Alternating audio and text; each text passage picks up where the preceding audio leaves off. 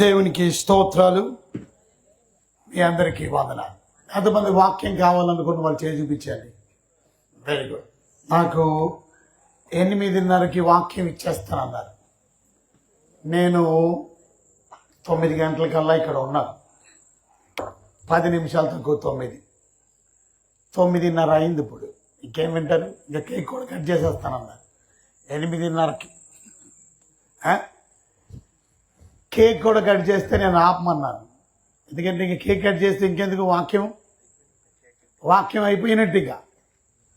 కనుక మీకు వాక్యం ప్రాధాన్యత అయినప్పుడు, వాక్యం ముఖ్యమైనప్పుడు వాక్యానికే ప్రాధాన్యత ఇవ్వాలి.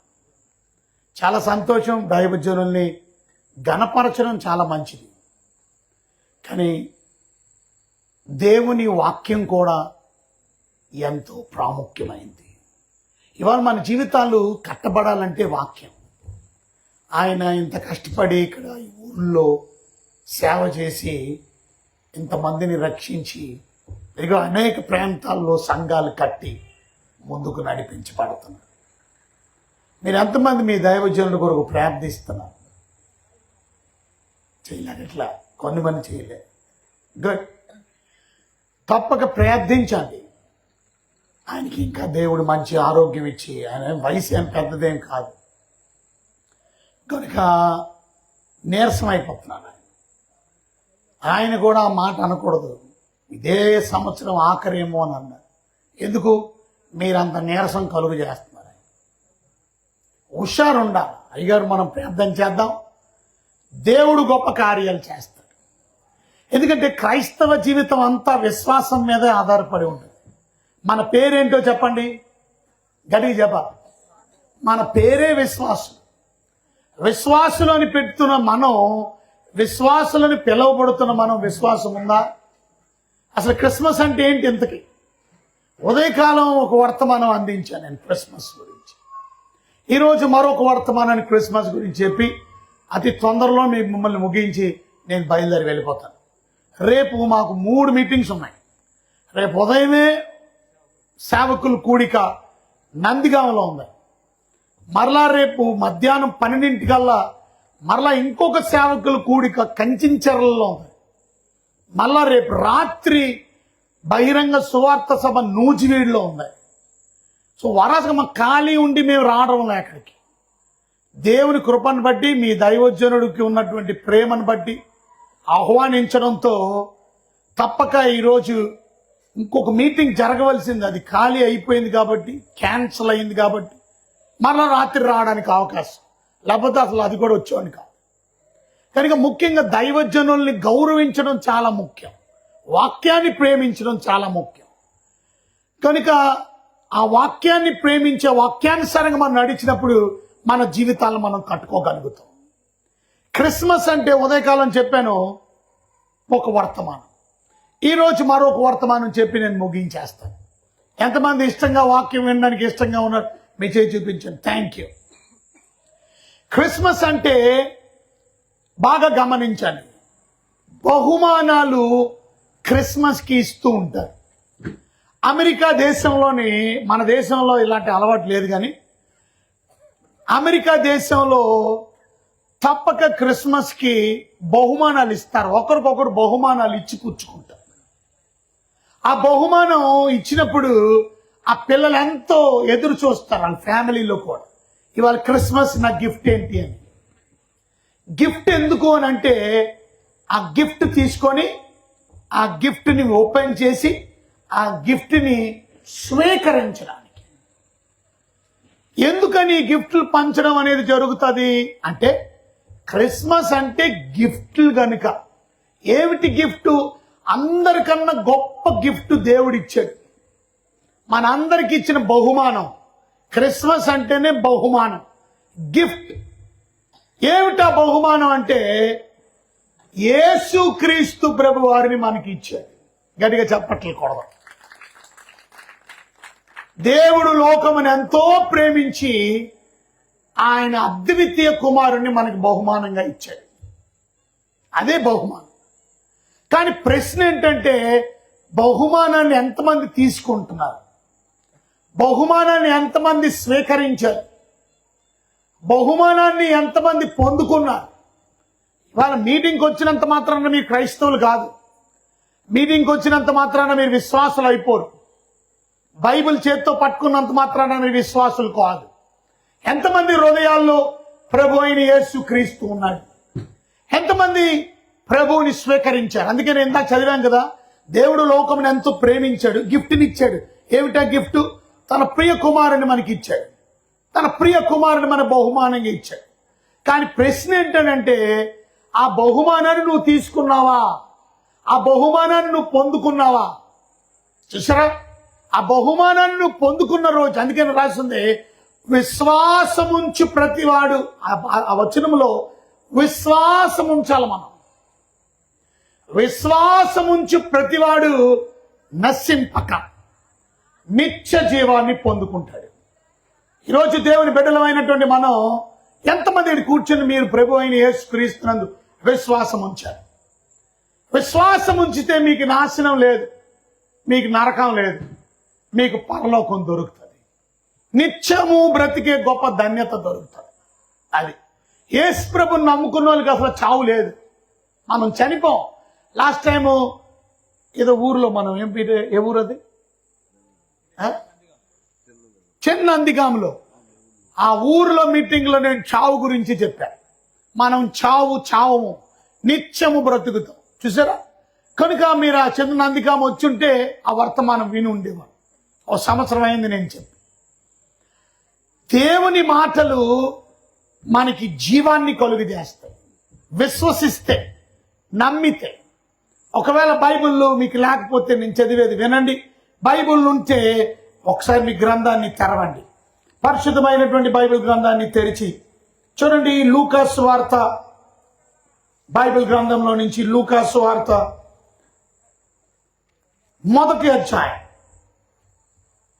26వ వచనం. 6వ నెలలో లూకాసు వార్త 1వ అధ్యాయం 26వ వచనం. 6వ నెలలో గాబ్రియేలు దేవదూత గలిలయలోని నజరేతు ఊరిలో దావీదు వంశస్థుడైన యేసునకు ఒక పురుషునికి ప్రదానం చేయబడిన కన్యక యొద్దకు దేవుని చేత పంపబడింది. ఆ కన్యక పేరు మరియా. ఆ దూత లోపలికి వచ్చి ఆమెను చూచి, దయాప్రాప్తురాలా, నీకు శుభము, ప్రభువు నీకు తోడై ఉన్నాడని చెప్పాను. ఆమె ఆ మాటకు బహుగా తొందరపడి ఈ శుభవచనం ఏమిటో అని ఆలోచించుకొనుచుండగా దూత మరియా, భయపడకము, దేవుని వల్ల నీవు కృప పొందితివి. ఇదిగో నీవు గర్భము ధరించి కుమారుని కని ఆయనకు యేసు అను పేరు పెట్టెదవు. చూడండి, దేవదూత పరలోకము నుండి దిగి వచ్చి సందేశం ఇచ్చాడంట. చూసారా? ఆ దేవుని దూత ఒక మరియా అనే ఒక యవనస్తురాలు, ఒక చిన్న పిల్ల. ఇవాళ దేవుడు వయసుతో పరిమితం లేదు. పెద్దవారిని దేవుడు గౌరవిస్తాడు, చిన్నవారిని కూడా దేవుడు గౌరవిస్తాడు, పసిబిడ్డల్ని కూడా దేవుడు గౌరవిస్తాడు. చూసారా? పసిబిడ్డ లాంటి బిడ్డలు కూడా దేవుడు మాట్లాడాడు. ఆ పసిబిడ్డ, చిన్న బిడ్డ 5 రొట్టెలు 2 చిన్న చేపలు ఇచ్చినోడు, చిన్న కుర్రోడు. చూసారా? నయమాన్ అనేటువంటి కుష్టి రోగంతో బాధపడుతున్నటువంటి పెద్ద కమాండరింగ్ చీఫ్ జనరల్ ఆఫీసర్ ఆయన సిరియా దేశానికి ఒక పెద్ద సైన్యాధిపతి. అలాంటి సైన్యాధిపతికి దేవుని మాటలు చెప్పింది ఎవరో తెలుసా? ఒక చిన్నది. ఆ చిన్న పిల్ల మాట విన్నాడు. చూసారా? ఇవాళ దేవుడు ఈ యవనస్తురాలతో మాట్లాడడానికి పరలోకము నుండి దూత దిగి వచ్చాడంట. ఆ దూత చెప్పిన మాట ఏంటంటే, దయాప్రాప్తురాల, నీకు శుభం, ప్రభువు నీకు తోడై ఉన్నాడు. ఇదిగో నువ్వు గర్భం ధరిస్తావు, నువ్వు కుమారుని కట్టావు. ఈ మాటలన్నీ దేవుని మాటలు చెప్పినప్పుడు ఆమె చాలా కంగారు పడిపోయింది. ఆమెకు అర్థం కాల, నేను కుమారుని కనడం ఏంటి, నాకు ఇంకా పెళ్లి కూడా కాలేదు, ప్రదానం చేయబడింది, ప్రదానం చేయబడిన ఆమె గర్భం ధరించడం ఏంటి అని ఆమె యొక్క డౌట్ని, ఆమెకు అనుమానాన్ని, ఆమె యొక్క సందేహాన్ని దూతతో చెప్పింది. ఇది ఎలా జరుగును అని అడిగింది. ఇది ఎలా జరుగుతుంది నాకు? అప్పుడు దూత మాట్లాడుతూ దూత చెప్పిన మాట ఏంటంటే, పరిశుద్ధాత్మ నీ మీదకి దిగి వస్తాడు. పుట్టబోయేవాడు ఎవరనుకుంటున్నావు? దేవుని కుమారుడు, దైవ కుమారుడు. కొన్నిసార్లు ఈ మాటలు మనకి అర్థం కావు, కానీ ఎంతమంది దేవుని మాటలు నమ్ముతున్నారు, ఎంతమంది దేవుని మాటలు విశ్వసిస్తున్నారు? చూసారా, దేవుని మాటలు విశ్వాసం ఉంచువాడు. ఇవాళ మన జీవితంలో చాలా మందికి విశ్వాసం లేకుండానే వారి జీవితాలను ముందుకు నడిపించుకుంటున్నారు. విశ్వాసం అంటే ఏంటి, నమ్మకం అంటే ఏంటి? ఇవాళ ఎంతమంది మీరు ఆ దేవుని మాటలు నమ్ముతున్నారు? ఆ దూత చెప్పినటువంటి మాటలు నమ్మింది. ఇవాళ మీరు దేవుని సన్నిధిలో చెప్పే దేవుని వాక్యాన్ని తన భక్తులు చెప్తున్నప్పుడు ఎంతమంది నమ్ముతున్నారు? ఆ మాటలు నమ్ముతున్నారా? ఆ మాటలు ఏదో విశ్వసిస్తున్నారా? అది దేవుని మాటలని మీరు నమ్మితే, అది దేవుడి నుంచి వచ్చిన వాక్కు అని మీరు నమ్మితే, చూసారా, మీ జీవితాల్లో కూడా విశ్వాసం ఉంచినట్టు. ఎంతమంది దేవుని వాక్యాన్ని నమ్ముతున్నారు?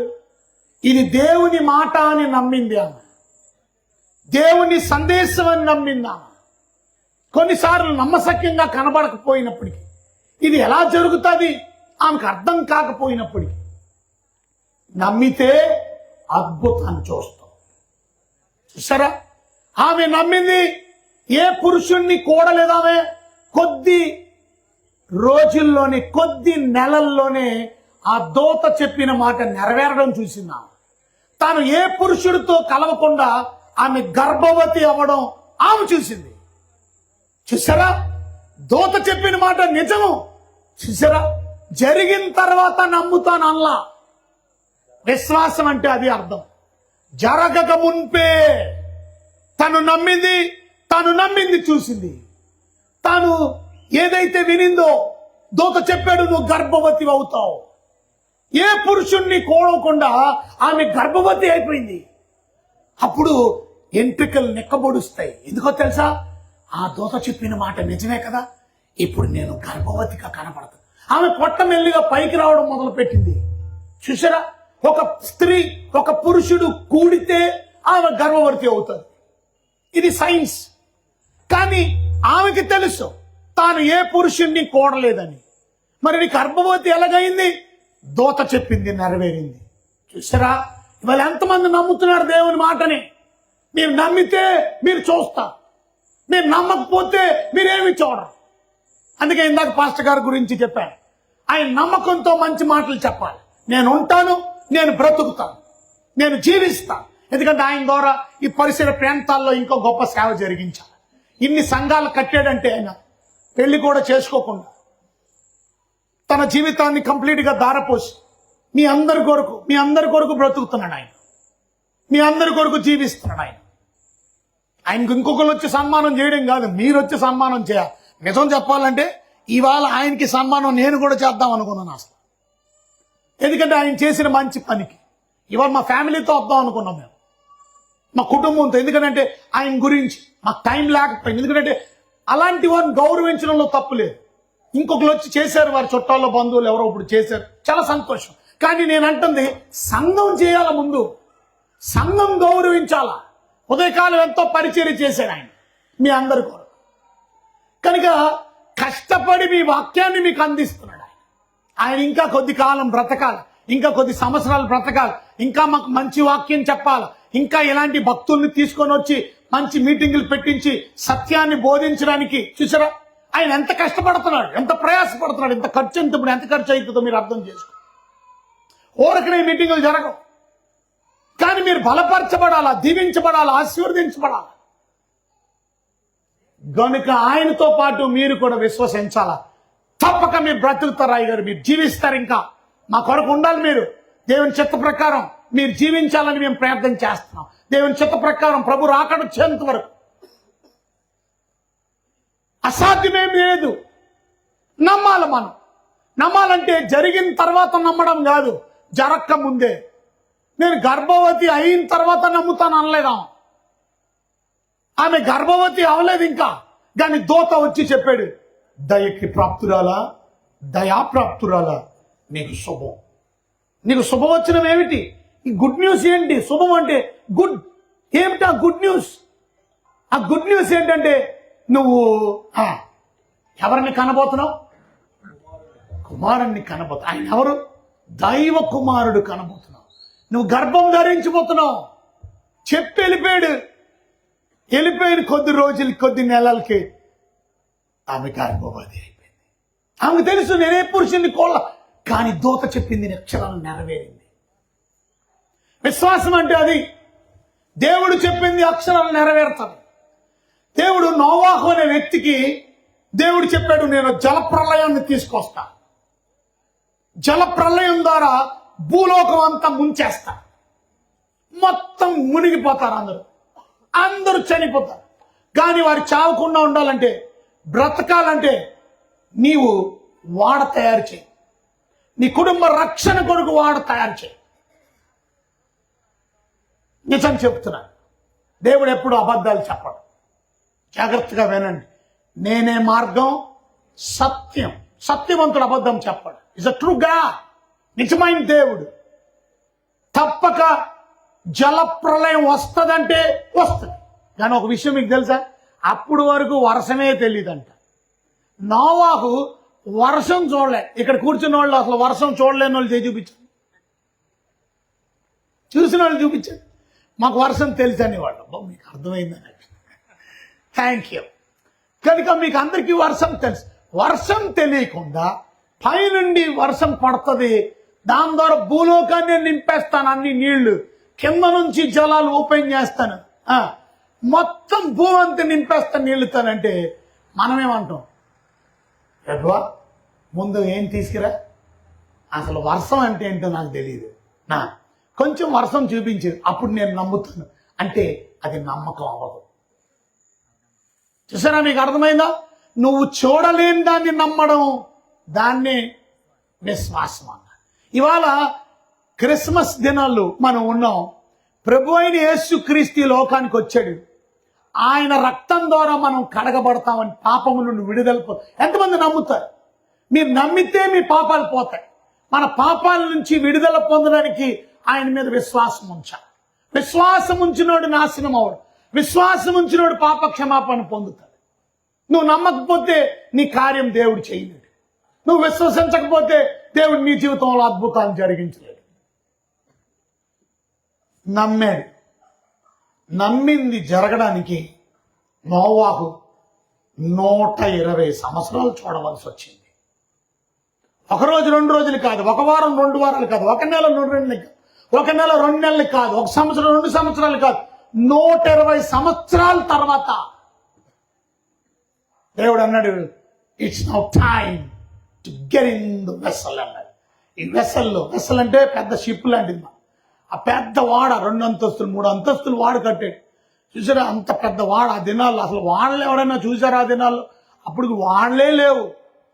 మరి ఎలా కట్టాడు? ఫస్ట్ డిజైన్ ఇంజనీర్ ఎవరనంటే నోవా. ఇవాళ వాళ్ళు కడుతున్నారంటే నోవాహు వాడ కట్టిన దాన్ని బట్టి కడుతున్నారు. కానీ ఆ దినాల్లో కట్టాడు నోవాహు వాడ. ఎప్పుడో ఎన్నో వేల సంవత్సరాల క్రితం. ఆలోచించండి. కట్టినటువంటి వాడలోకి ఇప్పుడు నోవాహుతో దేవుడి మాట వినబడింది, అందరూ వాడలోకి వెళ్ళిపోండి. సమయం వచ్చేసింది. అందరూ వాడలోకి వెళ్ళిపోయారు. అప్పుడు ఏం మొదలైందో చెప్పండి, గట్టిగా చెప్పాలి. పాస్టర్ గారు వినట్లా? అప్పుడు ఏం మొదలైంది? ఇంటలేదు మీరు? వర్షం మొదలైందా లేదా? మొదలవలా. మీరు అంటారు పప్పులోకి ఆలేస్తారని నాకు తెలుసు. వారు వెళ్ళిన తర్వాత 1 రోజు అయిపోయింది, 2 రోజులు అయిపోయింది, 3 రోజులు అయిపోయింది, వర్షం మాట్లా. ఇంతకీ దేవుడు చెప్పిన మాట నిజమేనా? అసలు దేవుడు కట్టమన్న మాట నిజమేనా? ఇంత డబ్బు ఖర్చు పెట్టాం, ఇంత ప్రయాసపడ్డాం, ఇంత శ్రమ పడ్డాం, ఇన్ని పెద్ద పెద్ద చెట్లు నరికించాం, ఇంతమంది పనివారిని ఇచ్చి పని చేయించాం. నోవాహు, నోవా భార్య, నోవాహు 3 పిల్లలు, నోవాహు 3 కోడళ్ళు, మొత్తం 8 మంది కలిసి కట్టిసారా ఏంటి వాడ? వాళ్ళ వల్ల అవదు. మరి ఎంతమంది కట్టారు? ఎంతో మంది లేబర్ని పెట్టుకున్నారు, ఎంతో వేల లక్షల మంది పనిచేశారు. అన్ని సంవత్సరాలు 8 మంది కట్టేయలేదు.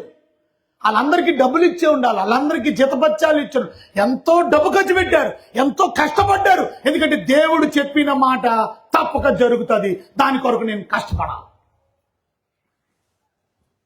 ఎంతమంది ఇవాళ సేవలో కష్టపడుతున్నారు? ఇవాళ ఎందుకు మీ దైవజనుడు కష్టపడుతున్నాడు?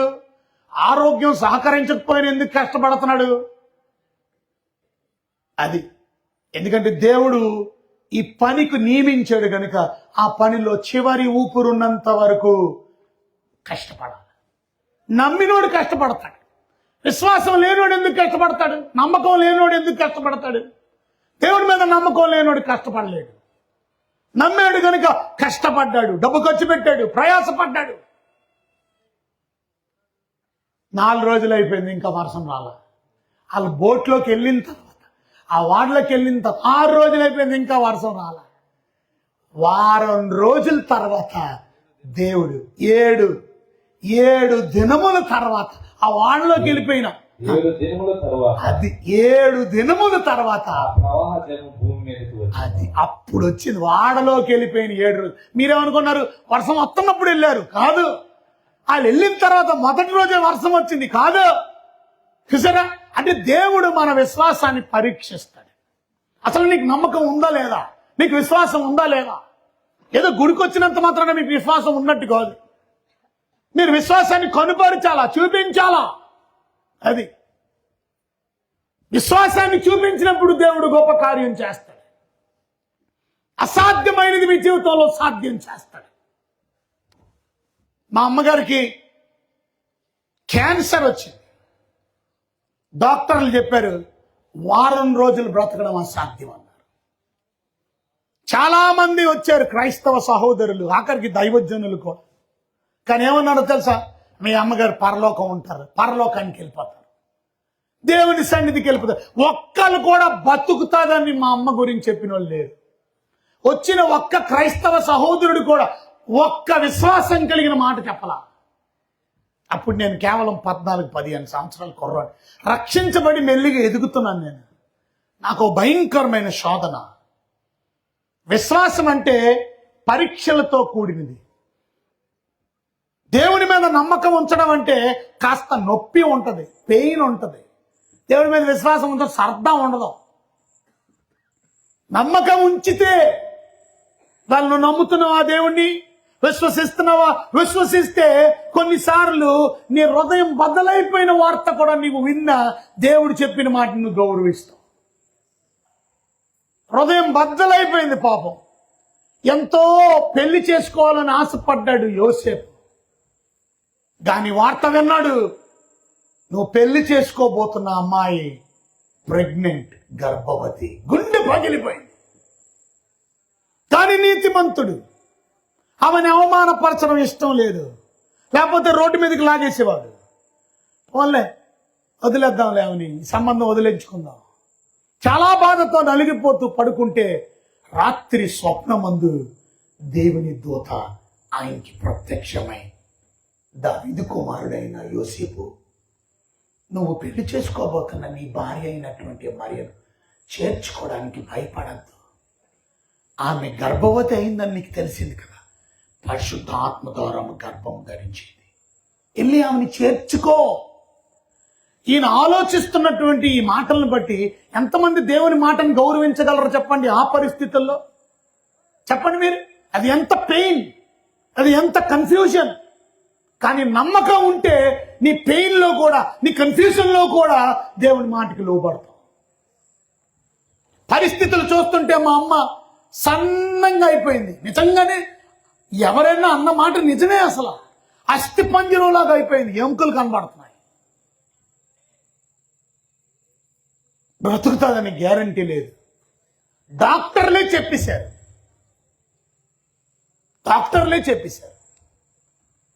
మ్యాక్సిమం ఇంకొన్ని రోజులు, వారం బతికితే గ్రేటే.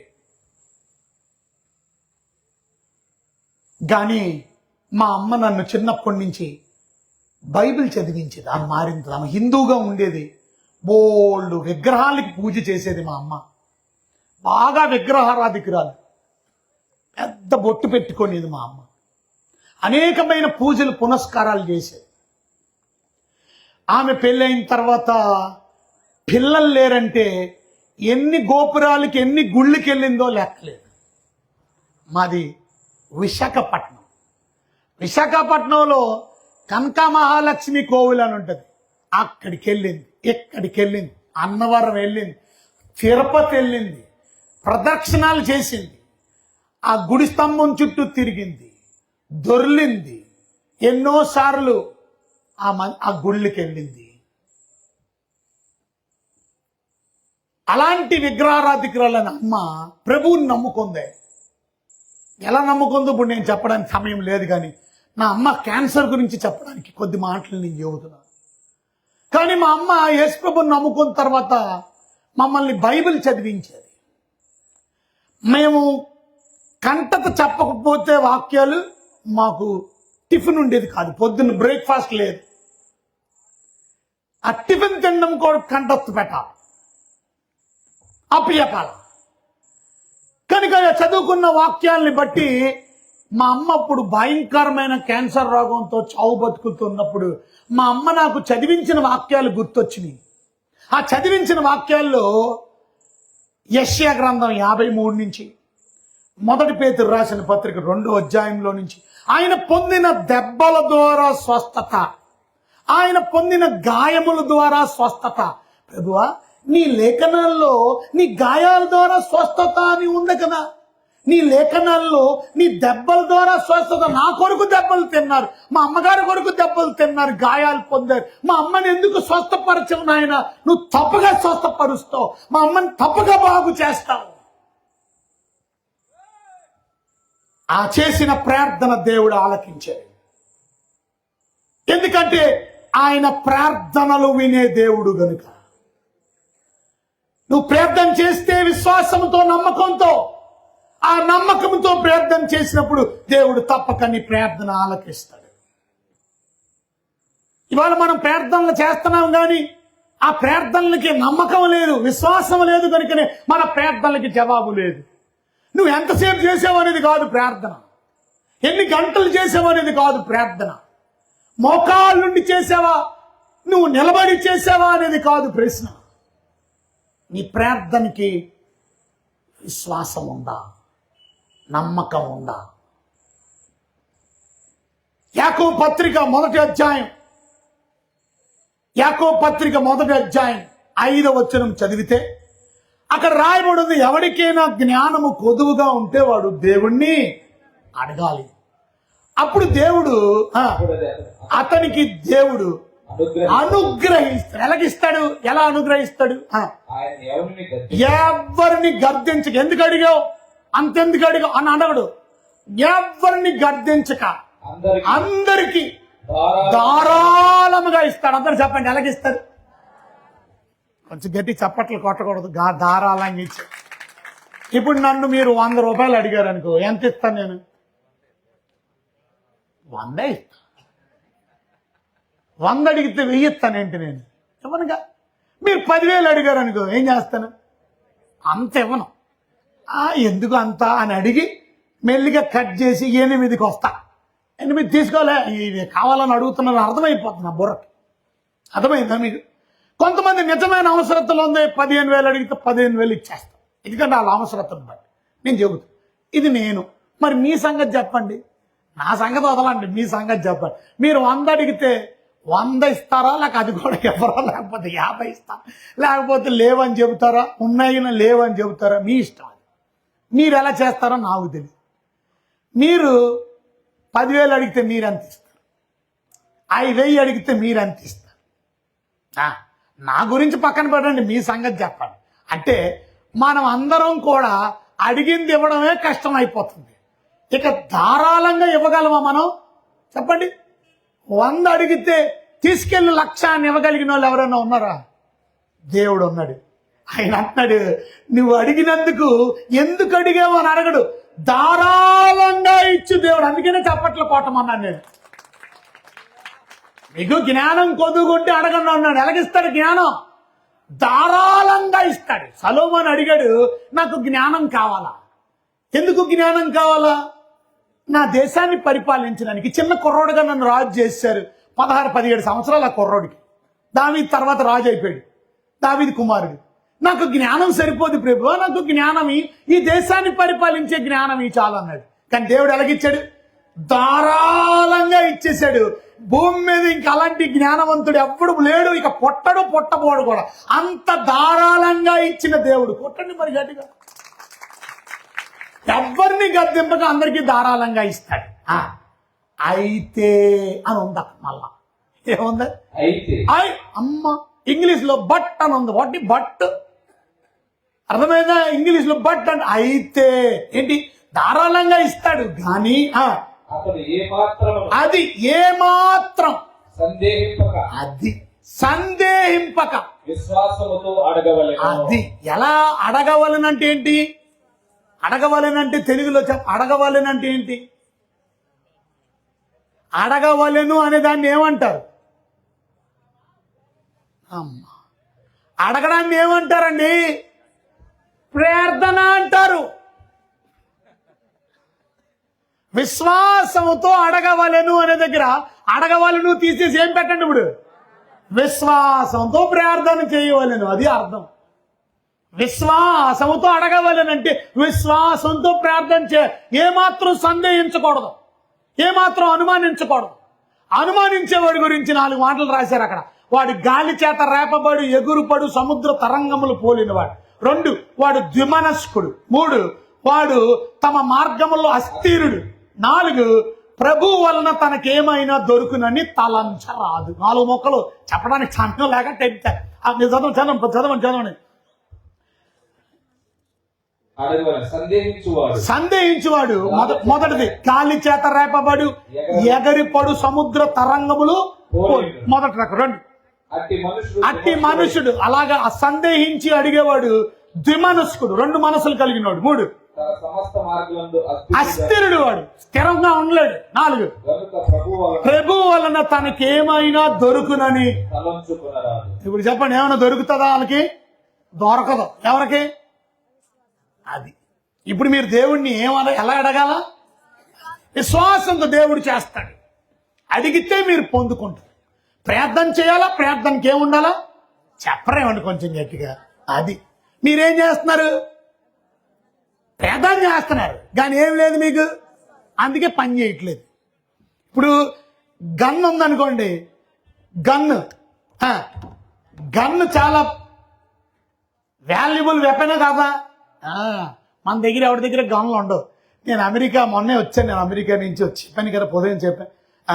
అమెరికాలోని ప్రతి వాడి దగ్గర గన్లు ఉంటాయి. పాస్టర్ గారి దగ్గర కూడా, పాస్టర్ గారి దగ్గర ఇంకెక్కువ గన్లు ఉంటాయి. వాళ్ళు ఎందుకు అని అంటే సేఫ్టీ కోసం పెట్టుకుంటారు. ఎవడైనా అంటే కాల్చరు, సేఫ్టీ కోసం.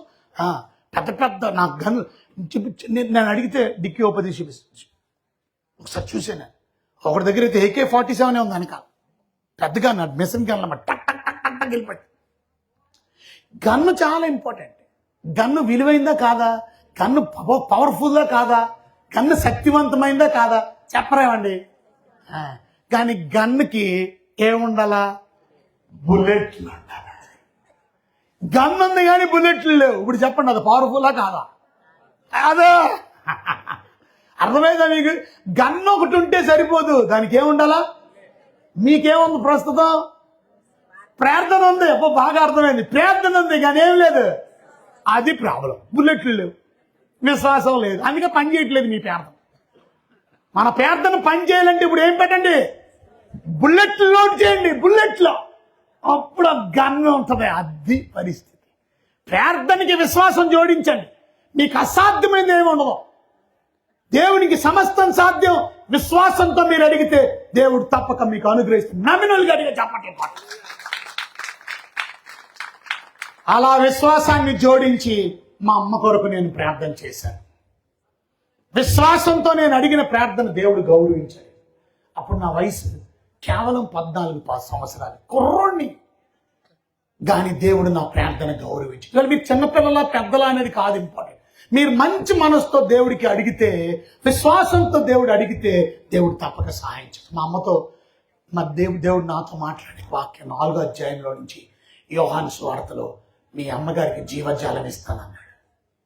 ఆ జీవజాలం అంటే ఏంటో నాకు అర్థం అవ్వాలి. కానీ గబగబా హాస్పిటల్కి వెళ్ళి మా అమ్మతో చెప్పాను, అమ్మ నువ్వు చచ్చిపోవు, నీకు దేవుడు జీవజాలం ఇస్తాడు. మా అమ్మ అప్పుడు ఏ పరిస్థితిలో ఉందో తెలుసా? వెంటిలేటర్ పెట్టేసి, వెంటిలేటర్ అంటే అంగట్లో నుంచి లోపలికి వెళ్ళిపోద్ది, లంగ్స్లోకి వెళ్ళిపోయింది వాటి ట్యూబు. ఆ ట్యూబ్లోకి ఆక్సిజన్ ఉంటుంది, ఆక్సిజన్ గాలి లంగ్స్కి పంపిస్తుంది. చల్లగా ఉంటుంది మాట. ముక్కుతో మనం పీల్చుకోవాల్సిన అవసరం లేదు. ఇక ముక్కుతో పీల్చుకో అలా ఇలా ఊపిరి తీయవలసిన అవసరం లేదు. చచ్చిపోయారేమో అనిపిస్తుంది. అలా ఉంటారు మాట, చచ్చిపోయిన శవంలాగా ఉంటారు. ఎందుకంటే వాళ్ళు ముక్కుతో గాలి పీల్చుకోవాల్సిన డైరెక్ట్గా ట్యూబ్లు పంపించారు కనుక ఆ ట్యూబ్లో నుంచి ఆక్సిజన్ సిలిండర్లో నుంచి గ్యాస్ వెళ్తుంది. ఆ గాలి లంగ్స్కి చల్లగా వెళ్ళడం వల్ల కోమాలో ఉండిపోతారు. అలా మంచిగా నిద్ర పడుతుంది, మంచి డీప్ స్లీప్లో ఉంటారు. మా అమ్మ ప్రస్తుతం ఆ ఐసీయూలో, ఇంటెన్సివ్ కేర్ యూనిట్లో ఈ భయంకరమైన పరిస్థితిలో ఉంది. నేను మాత్రం మా అమ్మకు చెప్తున్నాను, అమ్మ నువ్వు చచ్చిపో, నువ్వు బ్రతుకు. మా అమ్మ ఎంతదా ఏమో, నాకిద్దరు నిద్రపోతుంది. మా అమ్మ కోమాలో ఉన్నట్టు ఉంది. మా అమ్మను ఊపి చెబుతున్నాను, కానీ మా అమ్మ ఇనిందో లేదో తెలియదు. చావు బతుకుల్లో ఉంది, ఇలా సన్నంగా అయిపోయి. డాక్టర్లు, నర్సులు నన్ను ఎక్కువసేపు ఉంచలేదు. నేను 14 సంవత్సరాలు కుర్ర, అంతసేపు ఉండకూడదు ఐసీయూలో. బాబు మీరు వెళ్ళిపోవాలి, ఇంకెళ్ళిపోవాలి. నన్ను తన్ని తరివేశారు. ఇంకొండకూడదు, వెళ్ళిపోండి. కానీ నేను వర్తమానం చెప్పి వచ్చేసాను మా అమ్మకి. ఆ రోజు రాత్రి ఏమైందో తెలుసా? మా అమ్మ నాలుక ఎండిపోయిందట. నాలుక ఎండిపోవడం అంటే అర్థం లాలాజలం లేకపోతే నాలుక ఎండిపోతే చచ్చిపోయినట్టు లెక్క. ఇక చావు బతుకుల్లోకి వెళ్ళిపోయింది మాట. ఇక కొద్ది క్షణాలు చచ్చిపోబోతుంది. కానీ ఒక వెలుగు ప్రత్యక్షమైందట. మా అమ్మ చెప్పిన సాక్ష్యం ఇది. ఆ వెలుగులో నుంచి నీటి బొట్టులు పడినట్టు ఆమె అది తాగి, మా అమ్మ ఆ నీళ్ళు ఏదో తాగినట్టు అనిపించిందట. మా అమ్మ 7 రోజుల్లో చచ్చిపోద్దన్నారు డాక్టర్లు. విశాఖపట్నంలో పెద్ద హాస్పిటల్, 7 హిల్స్ హాస్పిటల్, ఇప్పటికే ఉంది. అది ఇంకా పెద్ద హాస్పిటల్, అది 7 హిల్స్. ఆ హాస్పిటల్లో డాక్టర్ కూడా ఇప్పుడు ఉండడం లేదు, నాకు తెలియదు. అని పేరు వెంకట గజపతి రాజు, సీనియర్ క్యాన్సర్ స్పెషలిస్ట్. మా ఫ్రెండ్ వాళ్ళ డాడీ. ఆ ఫ్రెండ్ నేను క్లాస్మేట్స్, నాకు మా స్కూల్ మేట్ వాడు. ఏ డాక్టర్ అయితే వారం రోజుల్లో చచ్చిపోద్ది అన్నాడు, మా అమ్మని దేవుడు బాగు చేసి వారం రోజుల్లో హాస్పిటల్ నుంచి ఇంటికి వచ్చింది. దాని తర్వాత 25 సంవత్సరాలు బ్రతికింది మా అమ్మ. చచ్చా ఇంత మెల్లిగా కొడతారు, దేవుడికి కొట్టండి గట్టిగా. ఇవాళ దేవుడు మా ఇంట్లో చేసిన అద్భుతం మీకెందుకు చేయలేడు? మీ దైవజనుడి జీవితంలో ఎందుకు చేయలేడు? మన అందరి జీవితాల్లో చేయగలడు. నమ్మినోళ్ళు గట్టిగా చప్పట్లు పట్టండి, విశ్వాసంతో, నమ్మకంతో చప్పట్లు. అది ప్రార్థన ఒకటే కాదు ఇవాళ. అందుకని క్రిస్మస్కి విశ్వాసం చాలా ఇంపార్టెంట్. ఇవాళ దేవుడు లోకమును ఎంతో ప్రేమించాడు, ఆయన చేయవలసిన పని ఆయన చేశాడు. ఆయన మనకి గిఫ్ట్ ఇచ్చాడు. కానీ గిఫ్ట్ తీసుకోవాలిగా. మీరు ఎంతమంది తీసుకుంటున్నారు అనేది ప్రశ్న. తీసుకోవడంలో విశ్వాసం ఉండాలి, తీసుకోవడంలో నమ్మకం ఉండాలి. నమ్మకం ఉన్నోడు తీసుకుంటాడు. మన పని ఏంటో తెలుసా? ఆయన చేయవలసిన పని ఆయన చేశాడు. దేవుడు లోకమును ఎంతో ప్రేమించి తన ప్రియ కుమారుని ఇచ్చాడు. మనం చేయవలసిందేంటి? విశ్వాసం ఉంచాలా. ఎవరు విశ్వాసం ఉంచు ప్రతివాడు నాశనం అవ్వడం.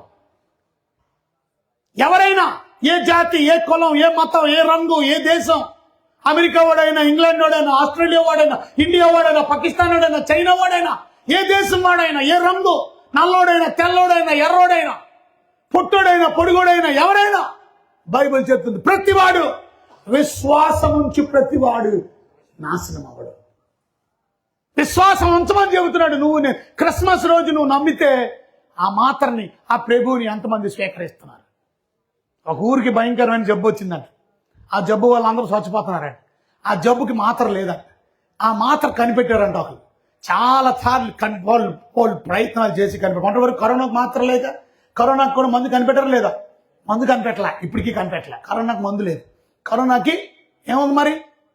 వ్యాక్సిన్ ఉంది. వ్యాక్సిన్ అంటే మందు కాదు. అది వ్యాక్సిన్ అంటే రాకుండా నివారించేది, అది వ్యాక్సిన్ అంటారు. వ్యాక్సిన్ అంటే మందు కాదు. ఇప్పటికీ కరోనాకు మందు కనిపెట్టలే. మరి కరోనా వస్తే పోతా, దాన్ని రాకుండా ఇంజక్షన్ చేయించుకుంటారు. ఆ ఇంజక్షన్ ఎందుకనంటే రాకుండా, దాన్ని వ్యాక్సిన్ అంటారు. వ్యాక్సిన్ అంటే ప్రివెంట్ చేస్తుంది రాకుండా. ఇప్పటికీ టెక్నాలజీ ఇంత డెవలప్ అయ్యి 21st సెంచరీలో మనం ఉన్నాం.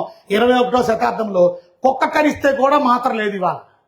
కుక్క కరిసిన జబ్బుకి, కుక్క కరిసి చచ్చిపోయిన వాళ్ళు ఎంతమంది ఉన్నారు తెలుసా మీకు? ఎందుకనంటే కుక్క కరిస్తే వచ్చే జబ్బుకి ఇప్పటికీ మాత్ర లేదు, ఇప్పటికీ వ్యాక్సిన్ లేదు, ఇప్పటికీ మందు లేదు. మరి ఏముంది? వ్యాక్సిన్ ఉంది. అందరూ చెప్పండి ఏముంది? వ్యాక్సిన్ అంటే ఏంటి? ఆ ర్యాబీస్ అనేది రాకుండా ప్రివెంట్ చేస్తుంది. ఆ ర్యాబీస్ అనే జబ్బు అది రాకుండా నివారిస్తుంది. ఒక్కసారి వచ్చేసిందా నువ్వు ఎన్ని వ్యాక్సిన్లు ఇచ్చినా పనిచేయదు. ఇక ఒకసారి వచ్చేస్తే నువ్వు కుక్కలాగా అరుస్తావు, ఇక కుక్కలా మంచినీళ్ళు తాగుతావు. ఫ్యాన్ చూస్తే కూడా తట్టుకోలేవు, ఎందుకంటే పైన చూడలేదు. కుక్క అల్లాడిపోయే పరిస్థితి. నేను కళ్ళతో చూశాను కుక్క కాటు వల్ల చచ్చిపోయిన వాళ్ళని. ఎంత భయంకరమైన చావు. వాళ్ళు నొరగ కక్కుతున్నాడు, వాళ్ళ సొమ్ము కూడా మన మీద పడినా, మన చెయ్యి మీద పడినా మనకు కూడా వచ్చేస్తుంది జబ్బు. వాళ్ళు గిల్లిన రెక్కిన, వాళ్ళు గోరలు పెట్టి ఇలాగ అన్న మనకు కూడా వచ్చేసి ప్రమాదం. అందుకనే హాస్పిటల్ కూడా ఎవరు ట్రీట్మెంట్ ఇవ్వడు. మన విజయవాడలో కూడా హాస్పిటల్లో వాళ్ళకి ఒక కుక్క కరిసిన వాళ్ళందరినీ ఒక దగ్గర పాడేస్తారు. అదొక రేకుల షెడ్ లాంటిది. ఆ షెడ్ ఇప్పటికే ఉంది, అందులో పాడేస్తారు. అందులో ఎవరు కూడా వెళ్ళరు, మాత్రలు కూడా ఇవ్వలేరు. ఏ మాత్రం లేదు, ఒకటే మాత్రం ఇవ్వగలరు. ఏంటిది? ఇంకా వ్యాక్సిన్ ఎందుకు? వ్యాక్సిన్ అనేది రాకుండా వచ్చేసిన తర్వాత ఇంకెందుకు? ఒకటే మందు ఇవ్వగలరు. ఏంటది? అది తొందరగా పోవడానికి. ఆ ఇంజెక్షన్ ఇస్తే నువ్వు 2 గంటల్లో సాగవలసినాడు 6 గంటల్లో చచ్చిపోతావు. అది అలాంటివి ఇచ్చేసి చంపేమంటే చంపేస్తాం, కానీ మేము బతికించలేము. అది మాత్రం చేయగలం. ఎంత భయంకరం అంటే, నేను ఎందుకు ఈ మాట చెప్తున్నానంటే, అలాంటి మందు కనిపెట్టారంట అప్పుడు ఆ జబ్బుకి. అర్థమైందా? ఆ ఊరికి ఆ వ్యాన్ వెళ్ళి ఆ వ్యాన్ నిండా లోడ్ చేసుకొని వెళ్ళారు ఊరంతటికి మాత్రలు పంచి పెట్టడానికి. ఏం లేదు, ఆ మాత్ర ఒకటి వేసుకుంటే చాలు మీ డబ్బు తగ్గిపోతుంది. అప్పుడు ఆ ఊరందరికీ సంతోషమా కాదా చెప్పండి, ఆనందమా కాదా చెప్పండి. ఆనందంతో గంతులు వేసారంట. ఊరంతా బయటకు వచ్చి మాకు మాత్ర వచ్చిందే డాన్స్ అంట, వ్యాన్ చుట్టూ డాన్స్ అంట.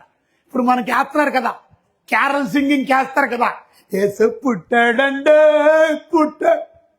ఎందుకు పుట్టాడు రా? నువ్వు తెలుసుకుందావా ముందు? నీ హృదయంలో గ్రహించావా? ఆడికి అర్థమవుదు, కానీ డాన్స్ చేస్తున్నాడు. ఆడికి అర్థమవుదు, స్టార్ ఎట్టేసాడు. ఆడికి అర్థమవుదు, యేసు ప్రభు హృదయంలో లేడు, ఇంట్లో లేడు, జీవితంలో లేడు, కానీ క్రిస్మస్ సంబరాలు చేసుకున్నాడు. ఎందుకు? క్రిస్మస్ అంటే ఏంటి? ప్రభువుని నమ్ముకోవడం, ప్రభువుని కలిగి ఉండడం, విశ్వసించడం. వీళ్ళందరూ వ్యాన్ చుట్టూ డ్యాన్స్ చేస్తున్నారు, కానీ డ్యాన్స్ చేసి 10 గంటల వరకు ఎవడు ఇంటికాడ వెళ్ళిపోయాడంట. ఎవడో మాత్రం వేసుకోలేదు. మీరు నవ్వుతున్నారు. ప్రస్తుతం మీ వాళ్ళు చేసేదేంటి? మీ ఇంటికాడ మీ ఆయన వేసుకున్నాడు మాత్ర? చెప్పండి. మీ పెద్దబాబు వేసేటట్టు మాత్ర? మీ పెద్దమ్మ వేసిందా? మీ పిల్లలందరూ వేసారా? ప్రభుని విశ్వసించరా? విశ్వసిస్తే ఇక్కడ ఉంటారు, ఇక్కడ లేరంటే అర్థం ఏంటి? వేసుకోలేదు, ఇక్కడ నమ్మలా. నమ్మితే ప్రభు కొరకు పరుగురు ఉంటారు, ప్రభు పనిలో ఆసక్తి కలిగి ఉంటారు. అది ఆఖరికి జరిగిన విషయం ఏంటంటే, ఎదురుగా ఇంటూ ఉన్నాడు, చచ్చిపోయాడంట. మాత్రం వేసుకోలేదు. అరే మళ్ళా చావు వచ్చేసిందేంటి? ఆ మందు వచ్చింది కానీ మీరు వేసుకోలేదు కదా. పక్కింటోడు చచ్చిపోయాడంట, అటుపక్కోడు చచ్చిపోయాడు. ఆ ఊరిలో చాలా శవాలు లేచిపోతున్నాయి. ఆ వ్యాన్ మాత్రం రోజు వస్తుంది. ఒక చిన్న పెళ్ళి, అయ్యా నాకు ఆ మాత్ర ఇవ్వండి, చచ్చిపోకుండా బ్రతుకుతాను, నేను నమ్ముతానయ్యా. ఉచితం అన్నారు, నా దగ్గర డబ్బులు లేవయ్యా. అమ్మ ఉచితమేనమ్మా, తప్పక అందరు వేసుకోవడానికే తెచ్చానమ్మా అని అంటే, ఆ మాత్ర తీసుకొని ఆమె వేసుకుందట. అటుపక్కడు చచ్చిపోయి, ఇటుపక్క అందరు శవాలు లెగిసిపోతున్నాయి. అప్పుడు వాళ్ళ తాతగారితో చెప్పిందంట. వాళ్ళ తాత వయసు దగ్గర 90 సంవత్సరాలు. తాత, నువ్వు బతకాలంటే మాత్ర వేసుకుందా, ఉచితంగా ఇస్తున్నారని చెప్పి తాతని చేయి పట్టుకొని తీసుకెళ్ళి వెళ్ళిందంట. అయ్యా మా తాతకు కూడా మాత్ర ఇవ్వండి అన్నది. ఆ తాతకు కూడా మాత్ర ఇచ్చాడంట. ఆ మాత్ర తాత కూడా వేసుకున్నాడంట. లాంగ్ స్టోరీ షార్ట్గా చెప్పాలంటే, పెద్ద కథ ఇది.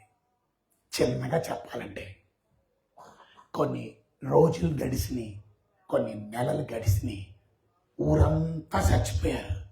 వీళ్ళిద్దరు తప్ప, ఈ చిన్నపిల్ల, ఈ తాత తప్ప. ఊరంతా చావకుండా ఉండడానికే మాత తెచ్చారు. ఉచితంగా ఇస్తానన్నారు, కానీ ఎవరు నమ్మలా. అందరూ పాటలు పాడారు, అందరూ సంబరాలు చేశారు, అందరూ బాగుంది పండుగ, ఓహో మాత్రం వచ్చింది. మాత్రం వచ్చిందని పండుగ చేశారే తప్ప వేసుకోవడానికి. మరి క్రిస్మస్ అంతా అందరూ సంబడమే, అందరికీ సరదాయే, అందరికీ సంతోషమే. కానీ ఎంతమంది ప్రభువుని స్వీకరించారు? ఎంతమంది ప్రభువుని హృదయంలో సంపాదించుకున్నారు? ఎంతమంది ఆ మాత్రను స్వీకరించారు? ఈ వ్యాను ఇంకొక ఊరిలో కూడా అలా చనిపోతుంటే ఇంకొక ఊరికి వెళ్ళిందంట. ఆ ఊరిలో కూడా జరుగుతుంది ఇదే. ఆ ఊరిలో అందరూ వచ్చి డ్యాన్స్ వేసి వెళ్ళిపోతున్నారు, కానీ ఎవరు తీసుకోవట్లే. అప్పుడు వీళ్ళు ఏం చేశారో తెలుసా? ఈ ఊరు చావు దెబ్బగా అయిపోయినటువంటి ఊరిలో నుంచి బ్రతికిన ఇద్దరిని బయటికి తీసుకొచ్చి వ్యాన్లో తీసుకొచ్చి ఆ ఊరిలో మైక్ పెట్టి సాక్ష్యం చెప్పించారంట. అప్పుడు ఈ పిల్ల చెప్తుందంట, ఈ వ్యాన్ మా ఊరు మొదటే వచ్చింది, మా ఊర్లో ఇలా చనిపోతున్నారని ఈ జబ్బు వల్ల బాగుపడడానికి ఈ మాత్ర అందరికీ ఇవ్వడానికి వచ్చారు. బండి నిండా మాత్రలు తెచ్చుకున్నారు, కానీ ఎవరు కూడా తీసుకోలేదు. కానీ నేను మాత్రం నమ్మాను, ఆ మాత్రని స్వీకరించాను. నాతో పాటు మా తాతను కూడా తీసుకొచ్చాను. ఇవాళ ఊరంతా పాడుదిబ్బ అయిపోయింది, సమాధి వాకిట్ అయిపోయింది, ఊరందరూ చచ్చిపోయారు, కానీ మేమెత్తడం తప్ప. గనుక మీకు చెప్పడానికి వచ్చాం, మీ ఊరిలో కూడా చావకుండా బ్రతకాలంటే ఈ బిల్ వేసుకోండి. మీ కొరకే మీరు బ్రతకాలని. మేము చావలేదు, మేము బ్రతికే ఉన్నాం. ఇవాళ దేవుని నమ్ముకొని విశ్వసించిన వాళ్ళు అందుకే సాక్ష్యం చెప్పాలి. ఎందుకు మీ దైవజనుడు ఇంత కష్టపడుతున్నాడు? ఎందుకంటే ఆయన్ని మార్చాడు గనుక, ఆయన్ని దేవుడు రక్షణ ఇచ్చాడు గనుక. ఆ విశ్వాసం మీలో కూడా ఉంటే మీరు రక్షించబడతారు. ఎందుకు నేను కష్టపడుతున్నాను? నాకేమన్నా సరదా చెప్పడం? కానీ ఎందుకు కష్టపడి మీకు మాటలు చెబుతున్నాను? ఎందుకంటే మీలో ఏ ఒక్కరూ నాశనం అయిపోకూడదని, మీరు ఏ ఒక్కరూ నరకానికి వెళ్ళకూడదని, మీరు ఏ ఒక్కరూ కూడా జీవితాన్ని పాడు చేసుకోకూడదని. విశ్వాసం ఉంచి ప్రతివాడు నాశనం అవడు, విశ్వాసం ఉంచని వాడు నాశనం అయిపోతాడు. అర్థమవుతుందా మీకు? సో ఏం ఉంచాలమ్మా? గట్టిగా చెప్పండి, కొంచెం గట్టిగా. ఇవాళ మరి ప్రభునందు విశ్వాసం ఉంచుతారా? మరి ప్రభునందు విశ్వాసం ఉంచడం అంటే ఏంటో చూడండి ఒకసారి. రోమిలికి రాసిన పత్రిక 10వ అధ్యాయం, రోమిలికి రాసిన పత్రిక 10వ అధ్యాయం చూడండి 9వ వచనం. రోమిలికి రాసిన పత్రిక 10వ అధ్యాయం 9వ వచనం. అదేమనగా యేసు ప్రభు అని, అది యేసు ప్రభు అని నోటితో ఒప్పుకొని దేవుడు మృతులలో నుండి ఆయన లేపాడని నీ హృదయమందు విశ్వసిస్తే నువ్వు రక్షించబడవు. ఇవాళ నువ్వు రక్షించబడాలంటే యేసు ప్రభు అని ఒప్పుకో నోడుతో. యేసు దేవుడని ఒప్పుకో. యేసు క్రీస్తు నా కొరకు లోకానికి వచ్చాడు, ఆయన ప్రాణం పెట్టాడు, ఆయన పొందిన దెబ్బల ద్వారా నాకు స్వస్థత కలుగుతుంది, ఆయనటువంటి రక్తం చిందించినటువంటి రక్తం ద్వారా నేను నమ్ముతున్నా నా పాపాలు కడిగి వేయబడ్డాయి, నేను నూతన పరచబడ్డాను అని నువ్వు నమ్మితే, విశ్వసిస్తే, ఆ ప్రభుని హృదయంలో ఒప్పుకుంటే నోటితో నువ్వు రక్షణ పొందుతావు. కనుక ఇవాళ అలా రక్షణ పొందడానికి ఇష్టపడేవాళ్ళు మీ జీవితాన్ని ప్రభుకి సమర్పించండి, ప్రభుకి హృదయాన్ని ఇవ్వండి. అప్పుడు మీ జీవితంలో అద్భుతాన్ని చూస్తారు, మీ జీవితంలో ఆశ్చర్య కార్యాన్ని చూస్తారు. ఇంకొక మాట చెప్పి నేను ముగించేస్తాను. చూడండి, పరిశుద్ధమైన బైబిల్ గ్రంథంలో నుంచి మరియ అలా దేవుని మాట నమ్మింది గనుక, చూడండి 38వ వచనం, 38వ వచనం చదువుతారా? మొదటి అధ్యాయము 38వ వచనం, లూకాసు వార్త, లూకాసు వార్త మొదటి అధ్యాయం 38. ఇదిగో ప్రభు దాసురాల్ని నీ మాట చెప్పున నాకు జరుగును గాక. అది నీ మాట చెప్పున. ఎంతమంది అనగలరు చెప్పండి? ప్రభువా, నువ్వు చెప్పిన వాక్యానుసారంగా నేను నడడానికి ఇష్టపడుతున్నాను, నీ వాక్యానుసారంగా నేను జీవించడానికి ఇష్టపడుతున్నాను. ఇదిగో నువ్వు చెప్పావు నోటితో ఒప్పుకోమని నేను ఒప్పుకుంటున్నాను, హృదయంలో విశ్వసించమని నేను విశ్వసిస్తున్నాను. నువ్వు తప్పక రక్షించబడతావు, నువ్వు తప్పక విడుదల పొందుతావు. నువ్వు చేయవలసింది ఏం లేదు. కొంతమంది అనుకుంటారు మేము ఏమైనా చేయలేమో రక్షణ పొందడానికి అనుకుంటారు. నువ్వేం చేయవలసిన పనిలే. మీకు అర్థమైందా? దేవుని రక్షణ కార్యం మీరు చూడాలంటే మీరు జస్ట్ ఓరకనే ఉండండి చాలు. ప్రభునందు విశ్వాసం ఉంచి రక్షణ కార్యం చూస్తారు మీరు. అవునా కాదా?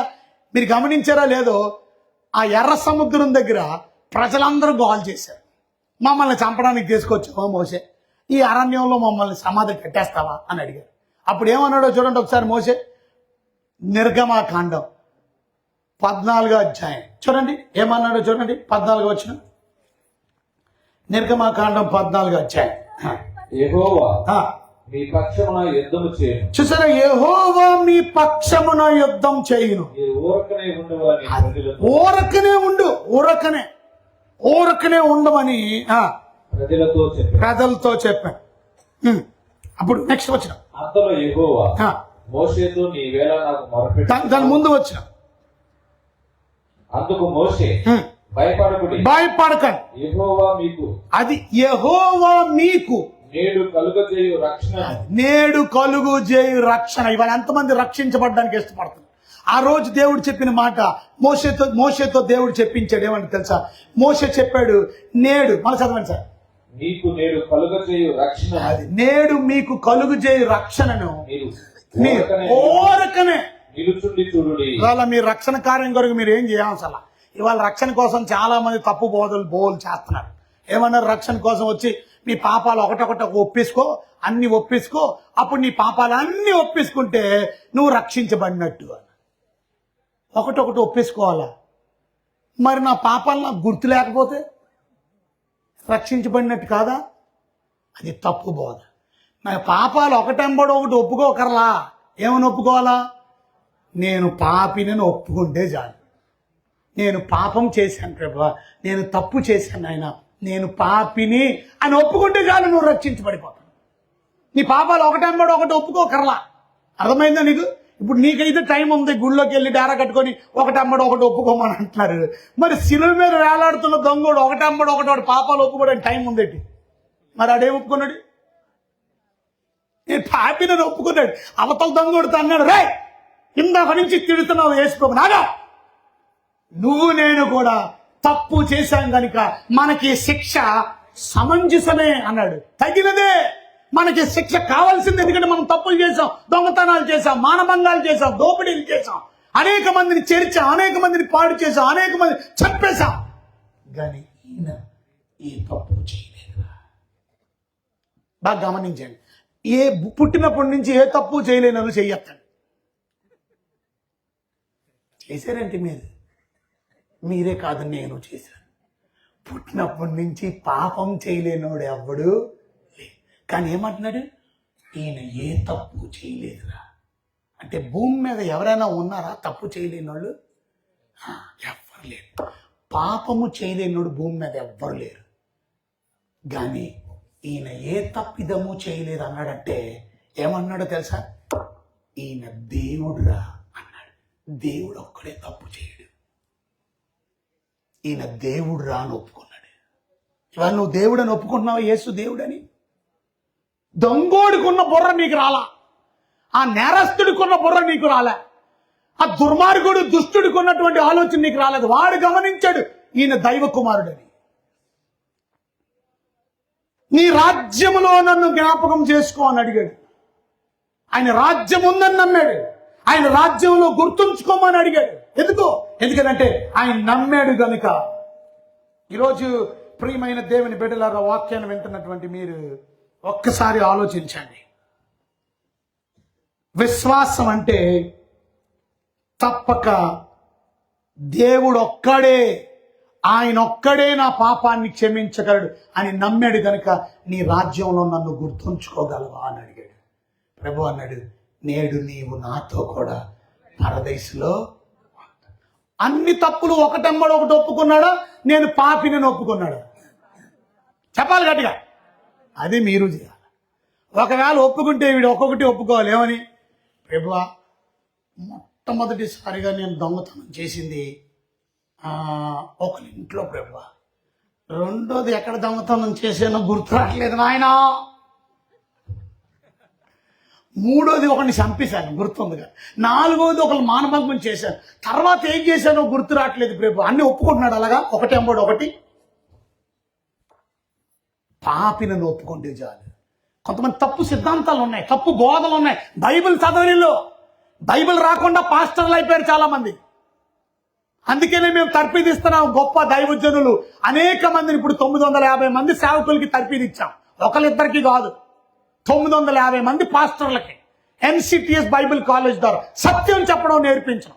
ఎందుకంటే తప్పు చెబితే ఇప్పుడు కాలక్షేమం అయిపోద్ది, ప్రజలందరూ వింటారు. కానీ రేపొద్దున దేవుని దగ్గర లెక్క చెప్పాలి, రేపు దేవుని ఎదుట నిలబడాలి.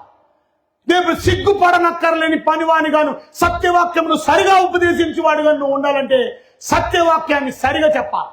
లేకపోతే దేవుని ఎదుట సిగ్గుపడతావు, యోగ్యుడైన పనివాడిగా కనబడవు.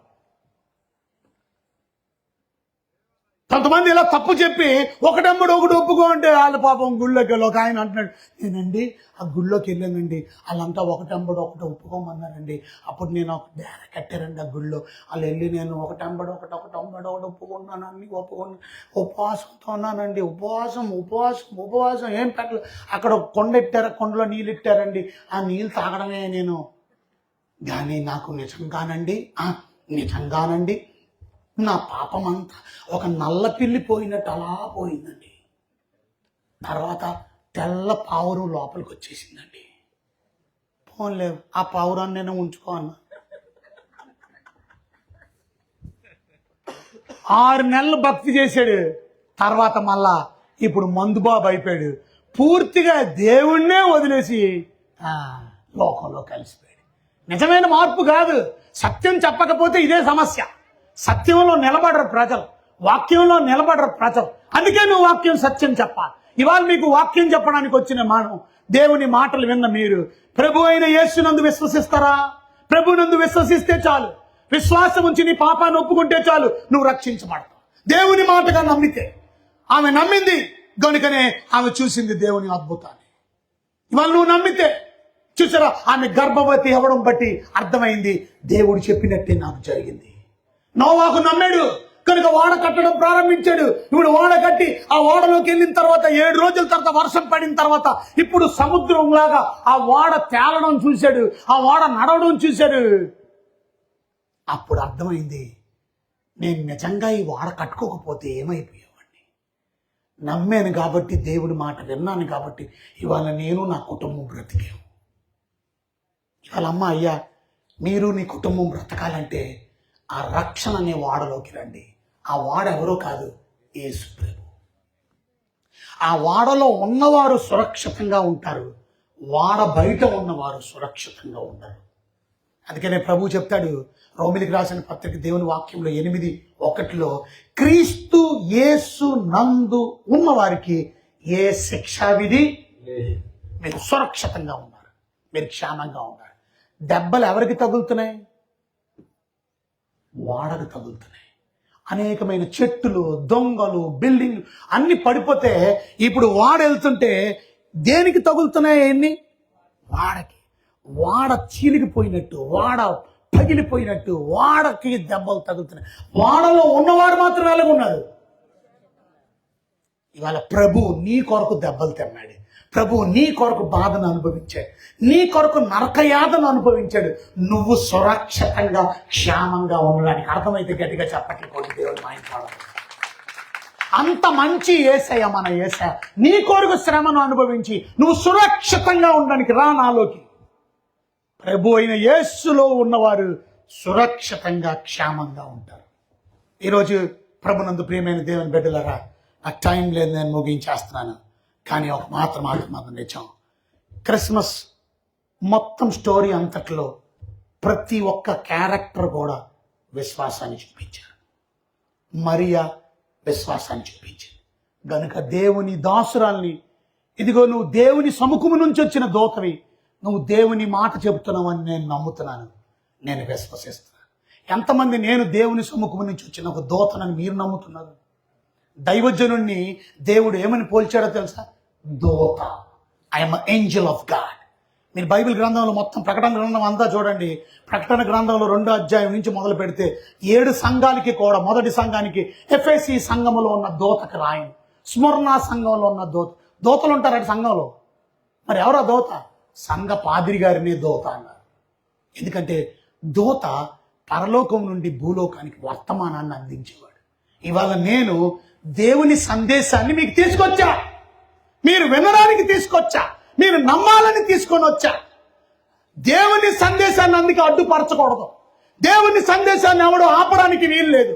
దేవుని సందేశాన్ని బేఖాతరు చేయడానికి వీలు లేదు. దేవుని సందేశాన్ని తీసుకొని వచ్చింది మీ బాబు కోసం, మీ మేలు కోసం, మీ ఆశీర్వాదం. ఈ శబ్ద తరంగాల ద్వారా ఈ చుట్టుపక్కల కూర్చొని వాక్యం వింటున్నటువంటి మీ అందరి కొరకు కూడా మీ అందరినీ ప్రేమించి, ఈ చిన్న నందిగామ, ఈ నందిగామ ప్రాంతంలో ఉన్నటువంటి ప్రజలందరినీ ప్రేమించి, వారందరూ నిత్య నాశనానికి వెళ్ళకుండా, నరకానికి వెళ్ళకుండా విశ్వాసం ఉంచితే, ఇవాళ నీ కుటుంబంలో అందరూ మారారా? నీ కుటుంబంలో అందరూ విశ్వసించారా? మీ ఫ్యామిలీ అందరూ రక్షించబడకపోతే నువ్వు ప్రమాదంలో ఉన్నావు, గుర్తుపెట్టుకో. నువ్వు బతికిపోతావు, నువ్వు నిత్యం బ్రతుకుతావు, నీ ఫ్యామిలీ బ్రతకదు. నిత్య నరకాగ్ని గుండంలో, యుగ యుగములు మండు గుండములు, అగ్ని గంధకములతో మండు గుండములు బాధపడాలి. దేవుడు ప్రేమామయుడు కాబట్టి మీరు నేను ఎవరు బాధపడకుండా ఉండడానికి, ఎవరు నశింపకుండా ఉండడానికి తన ప్రియకుమారుని లోకానికి పంపించాడు. ఆయన్ని నమ్ము, ఆయన్ని విశ్వసించు, నువ్వు ఆ భయంకరమైనటువంటి పరిస్థితులకు విడుదల పొందు. నెక్స్ట్ యోసేపు నమ్మలేదు ఆయన. ఎంత కఠినమైన, గుండు పగిలిపోయింది తన భార్య ప్రెగ్నెంట్ అనగానే. కానీ దూత వచ్చి చెప్తున్నాడు, లేదు లేదు నువ్వు కంగారు పడక, ఆమె పరిశుద్ధాత్మ వల్ల గర్భం. పరిశుద్ధాత్మ వల్ల గర్భం గురించి ఎవరికైనా అర్థమైతే ఇప్పటికే అర్థం అవ్వదు మనకి. అప్పుడు ఆయనకి ఎలాగ అర్థమైంది? అర్థం అవ్వదు కొన్నిసార్లు దేవుని వాక్యం. అయినను నమ్మగలుగుతున్నావా? పరలోకం గురించి నీకు ఎంత చెప్పినా అర్థం అవ్వదు, అయినా నమ్ముతున్నావా? వాక్యం అంతా నీకు అర్థమైతేనే నమ్మడం కాదు, అర్థం అవ్వకపోయినా నమ్ముతున్నావా? అది అబ్రహాంతో దేవుడు చెప్పాడు వెళ్ళమనంటే ఏం చేయాలో తెలీదు, కానీ దేవుని మాటను నమ్మాడు. ఏ దేశమో తెలీదు, కానీ దేవుడు చెప్పిన మాట నమ్మాడు, బయలుదేరి వెళ్ళిపోయాడు. అంతే, అది నమ్మకం. అదే అబ్రహాముతో 22వ అధ్యాయంలో అన్నాడు, నీకు ఒక్కడైన కుమారుణ్ణి తీసుకొచ్చి నాకు మోరియా పర్వతం మీద బలిచ్చామన్నాడు. అబ్రహాం ఏం చేశాడో తెలుసా? ఇవ్వను అని అనలా, ఇవ్వడానికి ఇష్టపడ్డాడు. ఇవాళ ఎవరైనా చెప్పగలరా ఎందుకు అబ్రహాము తన బిడ్డని బలి ఇవ్వడానికి ఇష్టపడ్డాడో చెప్పండి? తన బిడ్డని చంపేయడానికి ఇష్టపడ్డాడో చెప్పండి? తన విశ్వాసం ఏంటి, తన నమ్మకం ఏంటి? ఎవరైనా చెప్తారా? ఎవరైనా చెప్తారా? ఏంటి తన నమ్మకం? దేవుడు ఇచ్చేమన్నాడు, ఇదిగో కత్తి కూడా తీసేశాడు, కింద నుంచి మంట పెట్టేశాడు. కిందనేమో ఇది బలిపీఠం అంటారు, బలిపీఠం అంటే ఇలా తయారు చేయడు, ఇలా బలిపీఠాన్ని తయారు చేసి చెక్కలతో కింద నుంచి మంట పెట్టేశాడు, దహన బలిగా అర్పించా. కింద మంటలు అయిపోతుంది, కాలిపోతున్నాయి కట్టెలు. ఇప్పుడు పడుకోబెట్టేశాడు, ఇస్సాకు లేకుండా మళ్ళీ కట్టెలతో కట్టేశాడు, తాళ్ళతో కట్టేశాడు. ఇప్పుడు కత్తి తీశాడు, పొడిచేయడానికి, చంపేయడానికి ఇష్టపడ్డాడు. కానీ దూత వచ్చి ఆగు అన్నాడు. ఆగపోతే చంపేసేవాడు. ఏంటి ఆ నమ్మకం దేవుడి మీద? ఏంటి ఆ విశ్వాసం దేవుడి మీద? ఎందుకు ఆ విశ్వాసం? ఎవరైనా చెప్తారా? ఇసుక రెన్యూల్ వల్లే చేస్తాను. ఇంకా ఎవరైనా చెప్తారా? 100 రూపాయలు బహుమానం, 200 బహుమానం, మళ్ళీ అందరూ పడిపోయారు బహుమానం. ఏమిటా నమ్మకం? ఏమిటా విశ్వాసం? ఏమిటో చెప్పనా విశ్వాసం?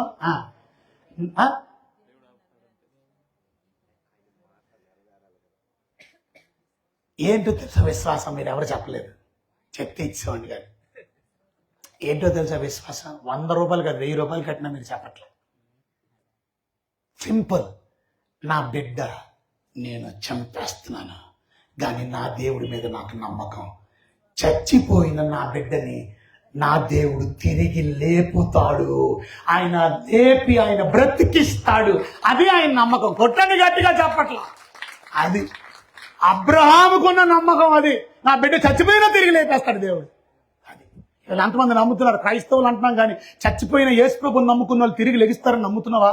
మా అమ్మ ప్రభువుని నమ్ముకుంది, 25 సంవత్సరాల తర్వాత ఈ అద్భుతం జరిగి బ్రతికింది, తర్వాత చచ్చిపోయింది మా అమ్మ, కానీ ఇప్పటికీ నాకు నమ్మకం, ఒకరోజు మా అమ్మ తిరిగి లెగిస్తుంది. నాకు నమ్మకం. అదే విశ్వాసం. విశ్వాసం అనేది నిరీక్షించబడుతున్న వాటి యొక్క నిజస్వరూపం. దేన్నైతే హోప్ చేస్తున్నావో, నిరీక్షిస్తున్నావో, అది నిజంగా జరుగుతుంది. నిరీక్షణ. అందుకనే నిరీక్షణ లేని ఇతరుల వల్ల ఏడవకండ్రా నాయన చచ్చిపోయిన వాళ్ళ గురించి.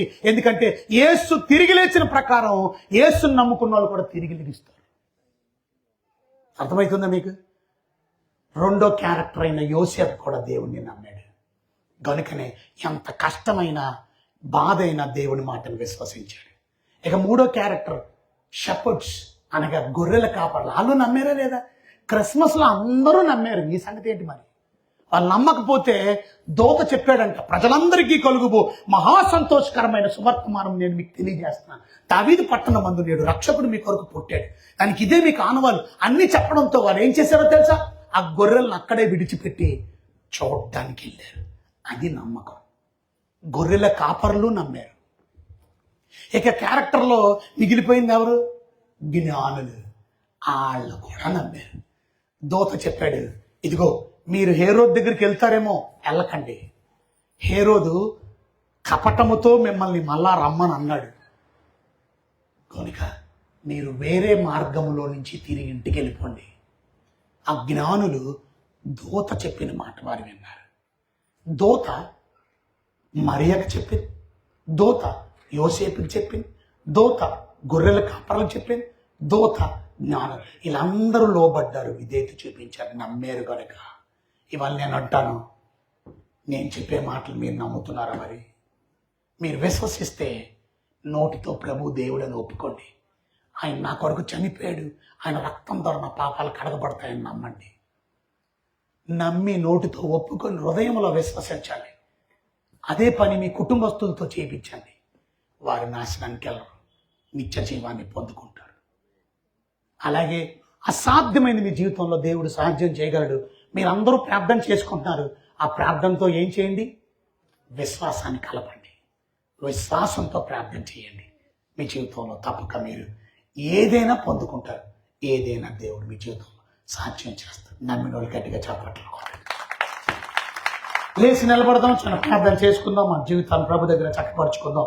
అందరూ కూడా లేచి నిలబడితే ప్రార్థనలో దయచేసి మీ జీవితాన్ని చక్కపరుచుకోండి, సరి చేసుకోండి, తీర్మానంలో నడిపించుకోండి, ప్రభుతో మాట్లాడండి, మీ జీవితాన్ని సరి చేసుకోండి, చక్కపరుచుకోండి, ప్రార్థన చేసుకోండి. ప్రభువా, ఈ రోజు నుంచి నీ మీద సంపూర్ణమైన నమ్మకాన్ని, నీ మీద సంపూర్ణమైన విశ్వాసాన్ని నేను కనుపరుస్తున్నాను ప్రభువా.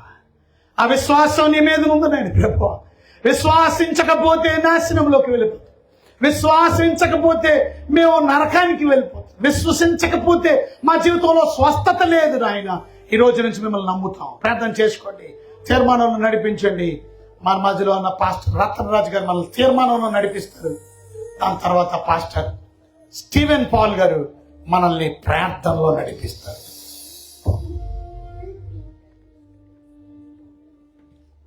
ప్రార్థన చేసుకుందాం. ఒక నిమిషం ప్రార్థన చేసుకుందాం. ప్రియమైన తల్లి, తండ్రి, ఒక మంచి దేవుని వాక్యాన్ని మనకి అందించిన దైవ సేవకులను బట్టి ప్రత్యేకమైన వందనాలు తెలియపరుచుకున్నాం. నిజంగా మనల్ని ఎంతగానో ప్రోత్సాహపరిచి పరలోకం నుండి తీసుకొచ్చిన వర్తమానాన్ని మన గ్రామానికి, మన కుటుంబానికి మేలు చేయడానికి, మన జీవితాలని ఆశీర్వదించడానికి, మన కుటుంబాలని దీవించడానికి దేవుడు ఎంత గొప్ప వర్తమానాన్ని మనకి ఇచ్చాడు. నిజమే, యేసోబు దేవుని నమ్మాడు, ఆ దూత చెప్పిన మాట నమ్మాడు, మరియ నమ్మింది, జ్ఞానులు నమ్మారు, అలాగే గొర్రెలు కూడా నమ్మారు. ఆ గొర్రెలు కాచుకుంటున్న వారు కూడా నమ్మి దేవుని దూత ఏదైతే చెప్పిందో వెళ్ళి అనేక మందికి తెలియపరిచారు. ఈ రాత్రి నీవు గనక నీ నోటితో ప్రభువా నేను పాపిని, నిజమే నేను ప్రార్థిస్తున్నాను కానీ నమ్మకం లేదు, అందుకే నా జీవితంలో కార్యం జరగట్లేదు, అందుకే నా కుటుంబంలో మేలులు జరగట్లేదు, అందుకే నా కుటుంబంలో నా పిల్లలు గాని నా భర్త గాని మార్పు చెందట్లేదు, ప్రభు తప్పకుండా నా కుటుంబాన్ని రక్షిస్తాడు, నా బిడ్డను రక్షిస్తాడు, నా కూతురుని రక్షిస్తాడు, నా అల్లుడిని రక్షిస్తాడు, నా భర్తను రక్షిస్తాడు, నా భార్యను రక్షిస్తాడని నమ్మకం మొదటిగా మనకు కలగాలి. నువ్వు నమ్మితే దేవుడు ఈ రాత్రి నీ జీవితంలో అద్భుతాన్ని చేయడానికి ఆయన సిద్ధంగా ఉన్నాడు. తన దాసుల్ని బలపరిచి వాడుకున్నాడు. ఇదిగో తన దాసులు తను ప్రార్థన చేశాడు 15 సంవత్సరాలప్పుడు, తన తల్లి కొరకు నమ్మకంతో ప్రార్థన చేశాడు కాబట్టి దేవుడు అద్భుతమైన కార్యము 25 సంవత్సరాలు తన తల్లిని బ్రతికించగలిగినాడు దేవుడు. కారణం ఏంటో తెలుసా? ప్రార్థన చేశారు, నమ్మారు. నా దేవుడు సజీవుడు, మమ్మలను తప్పకుండా బ్రతికించగలడు, నా తల్లిని కాపాడగలడు, ఆ వ్యాధి నుంచి తప్పకుండా స్వస్థపరిచి మంచి ఆరోగ్యం ఇవ్వగలని గొప్ప విశ్వాసముతో నమ్మారు కాబట్టి 25 సంవత్సరాలు బ్రతికాడు. నోవాహు నమ్మాడు, తప్పక దేవుడు నాకు కార్యం చేస్తారని 120 సంవత్సరాలు.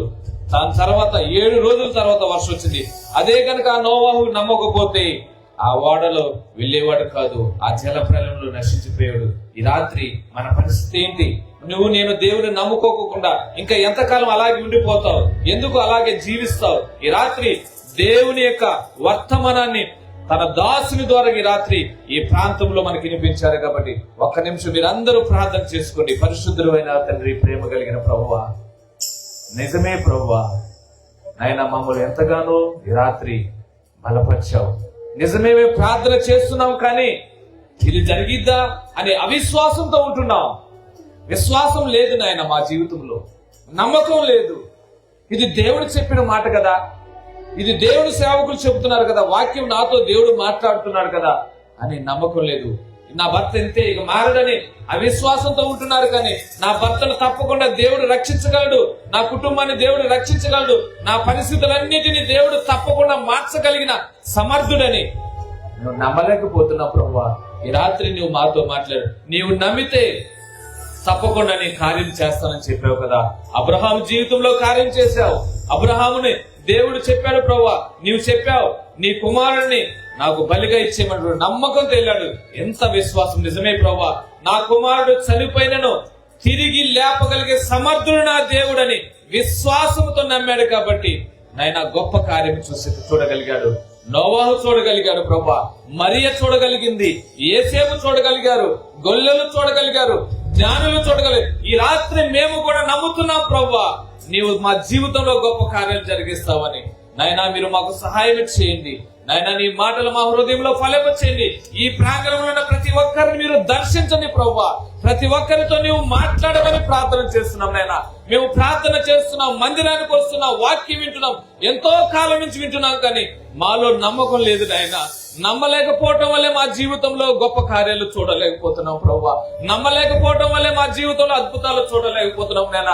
నిజమే, ఆ ఊరికి ప్రభా వ్యాన్ వచ్చి ఆ అందరూ చనిపోకోకుండా నాయన ఒక మందును తీసుకొచ్చారు, ఆ టాబ్లెట్ తీసుకొచ్చారు నాయన. ఆ ఊరిలో ఎవ్వరు నమ్మలేదు ప్రభువా.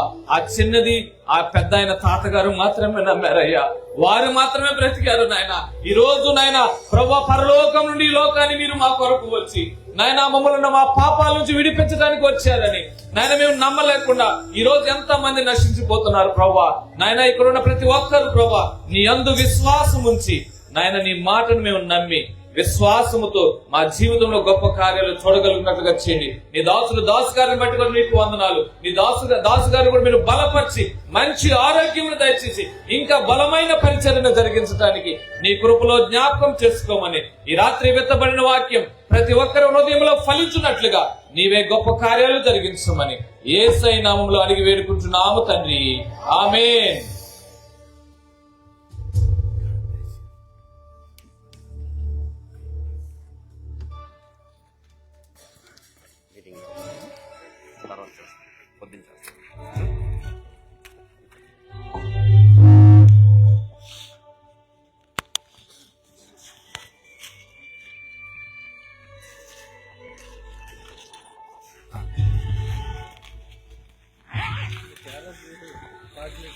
స్తోత్రం, హల్లెలూయా.